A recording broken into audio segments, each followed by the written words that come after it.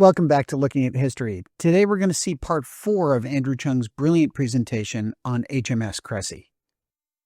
So we have moved aside the profile plan and we're looking at the main deck, the aft end of the ship at the main deck. And the reason I've chosen this is because we're going to go for a bit more social history interest this time.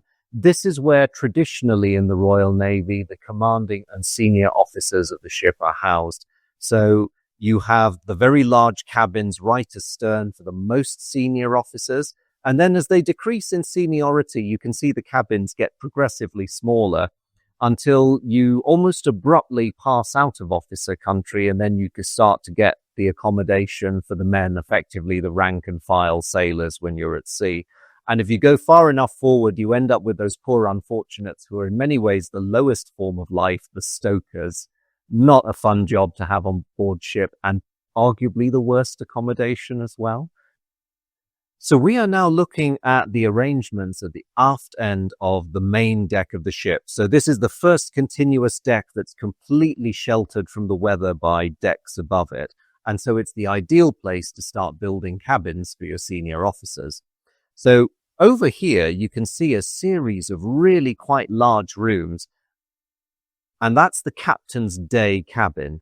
So just to bring the bus back and give you an idea, that's how much space he has for his day-to-day work. That is the captain's dining cabin. The captain has a pantry over there, and he has sleeping cabins elsewhere. So it's really nice being the captain. There's only one point at which it would become slightly less nice being captain, and that's if your ship is chosen as squadron flagship. Because in the Royal Navy, as in all other navies of the period, there was a packing order. If an admiral did you the honor of choosing your ship to be his flagship, that meant you as captain were packing your bags and leaving this bit so that the admiral could take them over.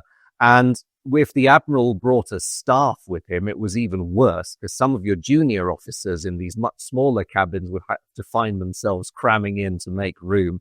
But such was the life in the Navy. It was an honor to be a flagship, but it was not necessarily an honor you always wanted, depending on who you were. So I'll talk a little bit about what's going on in these spaces. So your captain's day cabin, this looks almost ridiculously well appointed in terms of how much space it is.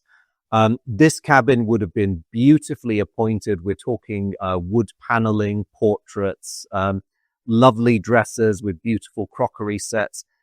But it wasn't just a vanity thing for the captain.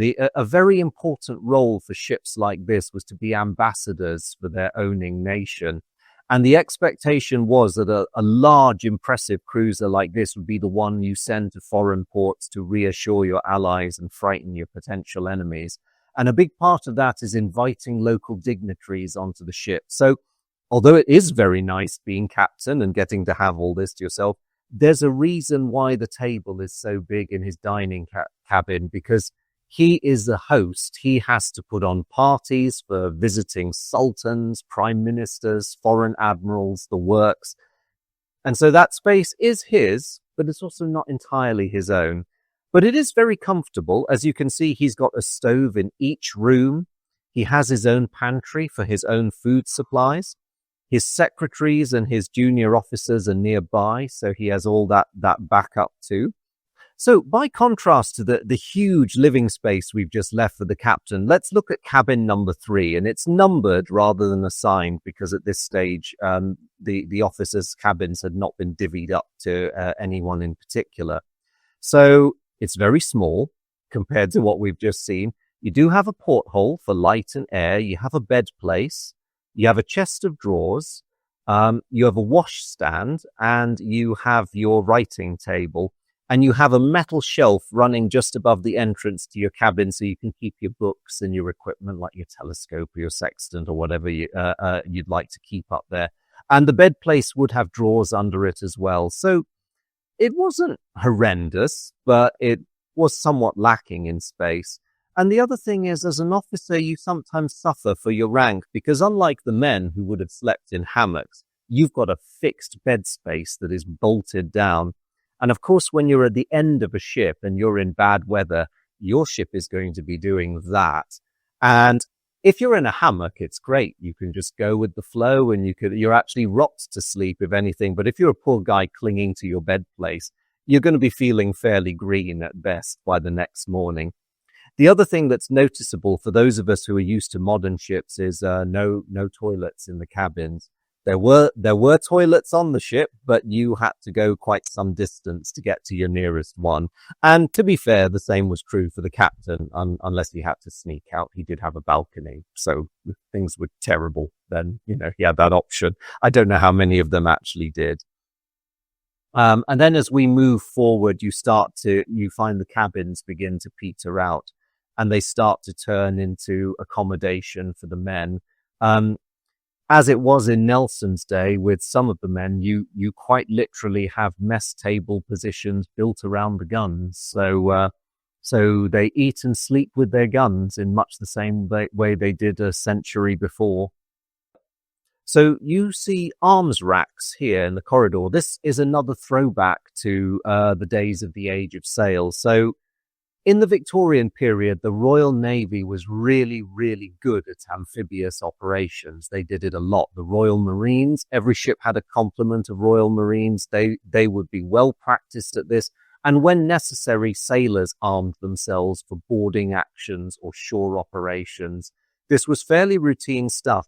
The reason these arms racks were aft, and all of these held rifles, some of them held cutlasses, even at this late period, it was rooted in the Royal Navy's tradition that your officers would always be separated from their men by the ship's complement of Royal Marines.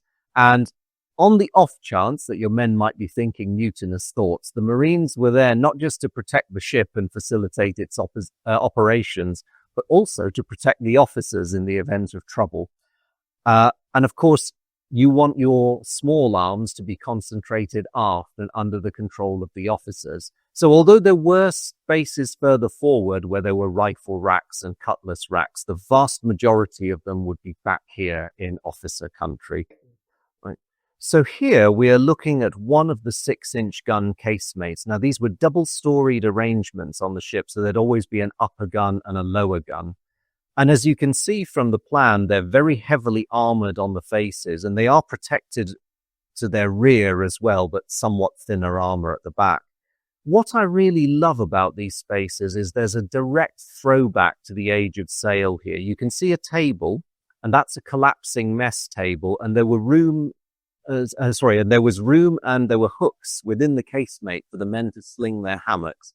So you would have a particular mess who would always eat and sleep in this space right by their guns, as they did in Nelson's day. That cupboard there is the mess rack where they keep their cutlery and their crockery. And then leaving all that lovely homey stuff aside, you then get the real business of why that casemate exists. Obviously, there's the gun itself, but you have these special racks built into the wall for ready-use supply of 6-inch shot. You have these hatches in the floor, which are the ammunition hand-up. So as you needed more shells and charges during a battle, they would be passed up through those. And you have a couple of other bits and pieces just to take up that little bit more space, but leaving room for the double shutters so that you can actually get in and out. So it's this really quite wonderful mix of what the ship is really for at the end of the day, and the awkward business that a designer has of trying to design the best ship they can and then somehow cramming the humans in afterwards.